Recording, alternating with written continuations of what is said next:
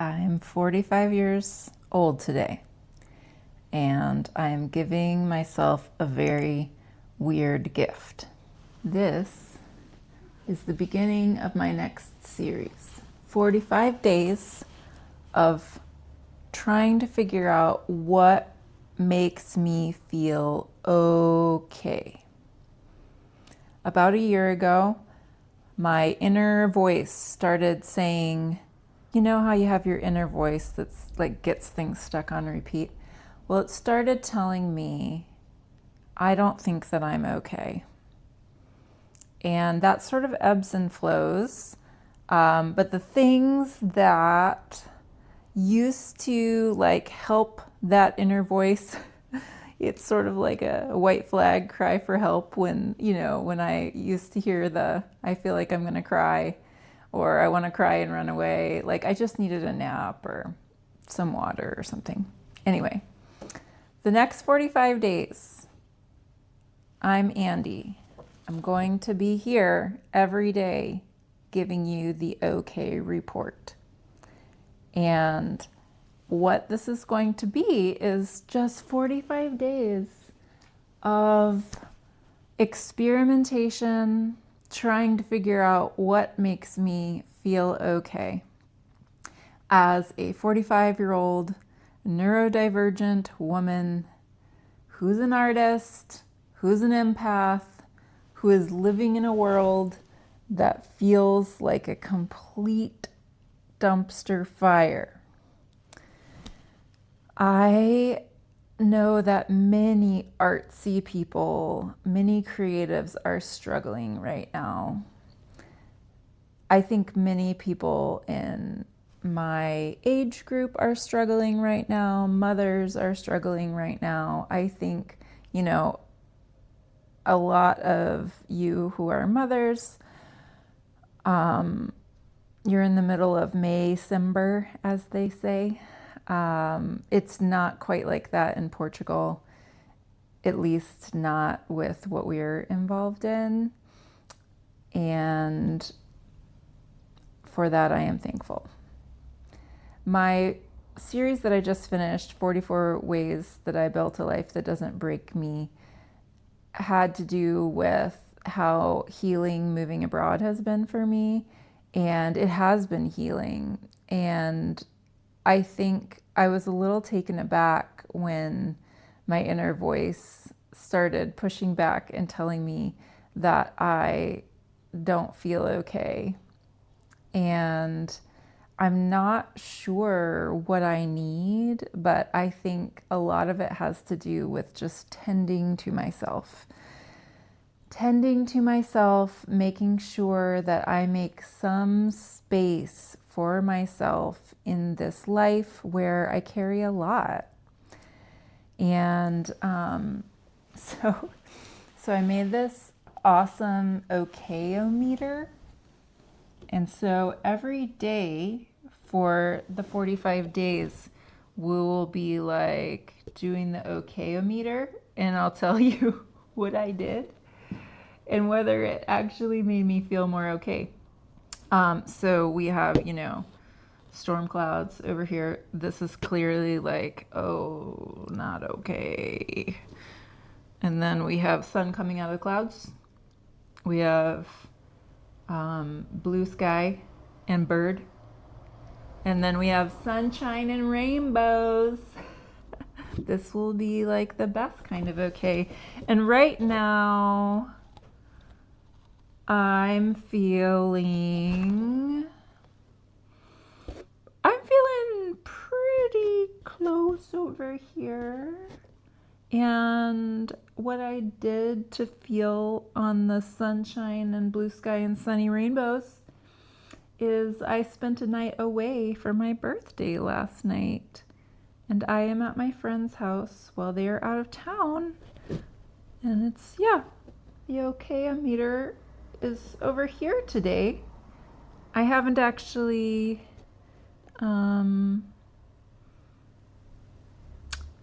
I think part of what got me here today was admitting that I am not okay. Admitting that I'm not okay. I, just generally that I'm struggling to be okay, that I am in the process of being okay. And I think naming that I don't totally feel okay in my life right now and in the world right now, I think that brings a kind of freedom. I would love it if you join me for 45 days of trying to be okay. You can make your own okayometer. And some days we're going to not feel okay. And some days we'll feel more okay. And perhaps we can learn how to move from this at least to the middle. Maybe we can figure out the things for our own lives that make us feel more okay. That is my goal here. I put a lot of post-it notes on the wall today and was just praying for help, help, help, help. Because I don't want to do this process of my business and this process of these hard midlife years and this process of trying to become okay without a divine helper. I can only push through so much. I want to feel present in my life, in my body. I think a big part of this trying to be okay for me is getting more into my body. Some of the more harmful influences in my life, namely high control religion, have caused me to separate my body and caring for my body from my mind. And I tend to stay real stuck in my mind, and I want to get back into my body. So that's something that I want to be tending to. I want to be tending to my body over these next 45 days. I pulled this book off of my friend's shelf and I opened to a page, and on that page, it's this book, which you've probably seen the horse and the boy pictures. Charles Mackesy. I don't know how to pronounce his name, I'm sorry. But I opened to this page, and that was after I was just praying and putting all of my sticky notes on the wall. And I opened to the page that said, "What is the bravest thing you've ever said?" asked the boy. "Help," said the horse. And I think that was confirmation for me that God will help me and that community will help me, that art will help me. That's something that's really on my heart right now. As I mentioned, for artists in the world, I think that we are so attuned to the darkness and the suffering and the grief, and we try to be real about those things. And I think the world needs us to be real about those things. But it is hard to be in tune with those heavy themes in your life and in the world at large. And we really need to carry one another. So I am actually pondering, tell me in the comments if you're interested. I'm pondering doing a community on Circle for really anybody who wants to feel more okay. I'm just trying to figure out what this could be. I wonder about an artist circle. I wonder about an okay group. People trying to be okay right now. I think we just need community very much. And so if that resonates, definitely comment for me if you want a place to be encouraged on how to feel okay, and to encourage one another with what kind of ways are you adding beauty in the world. I think I was so inspired by this book because I am an artist, and I think art is a way to carry messages in a beautiful way that people can receive them a little bit better. The pages right after the help message was, "When have you been at your strongest?" asked the boy. "When I have dared to show my weakness." And yeah, I think I want to be here just being honest. I was not okay earlier. Part of the reason that I spend my birthday alone is because I am not okay in recent years. My birthday doesn't feel okay. Yesterday, you can see the video that I made yesterday about why I spend my birthday alone. My birthday is very hard for me now because of the people that I've lost, functionally lost, like my mom to Alzheimer's. She doesn't remember my birthday anymore. She doesn't know what day it is, you know. I don't know if she could name my birthday still. Like if I asked her the date of it, probably not.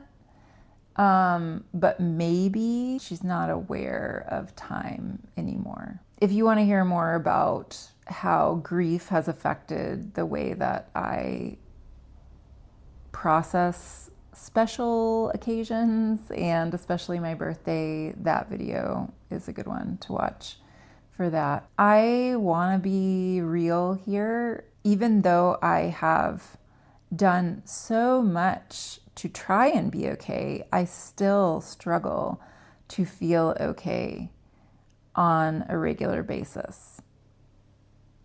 I have the space to know and hear myself, I guess, now because of all the things that I've put in place in moving abroad and making some more space for myself to feel in my life. But I still just feel like the world feels like a big dark cloud some days. And so I think we need each other. If you are feeling similarly, I know that my heart broke in 40 gazillion pieces when I read what women who are experiencing like early perimenopause because of their neurodivergence, but they're not hearing that from doctors. They're not being encouraged to explore that. But there's studies about how you experience perimenopause earlier if you are a neurodivergent woman. So I'm going to link to the video talking about how neurodivergent women in perimenopause really aren't okay. And it's because we're not understood by most physicians. They don't know that you get symptoms earlier and stronger if you have ADHD and autism, both, I think. It was specifically, I think, about ADHD. Anyway, that video, I just read what women on my threads were saying just about how crazy we feel and how we don't feel okay. And so that is part of why I want to do this. It's part of why I want to welcome you into this community of women who are trying to be okay. We need support, and we need habits that help us to make it. So that is what I'm going to be working on discovering for the next couple of months. So if you are feeling like you're barely making it, you are in such good company. I hope that we can try to be okay together as sensitive souls in the world. Today, it was just making space for myself to not be okay. It was crying. That made me feel better. Crying out those cortisol tears. Getting the cortisol out of your body. I felt better after I ate. I feel like for us, women who are neurodivergent, like just trying so hard to be okay, but then forgetting some of the very basic things like eating, water. Go get a glass of water, friend.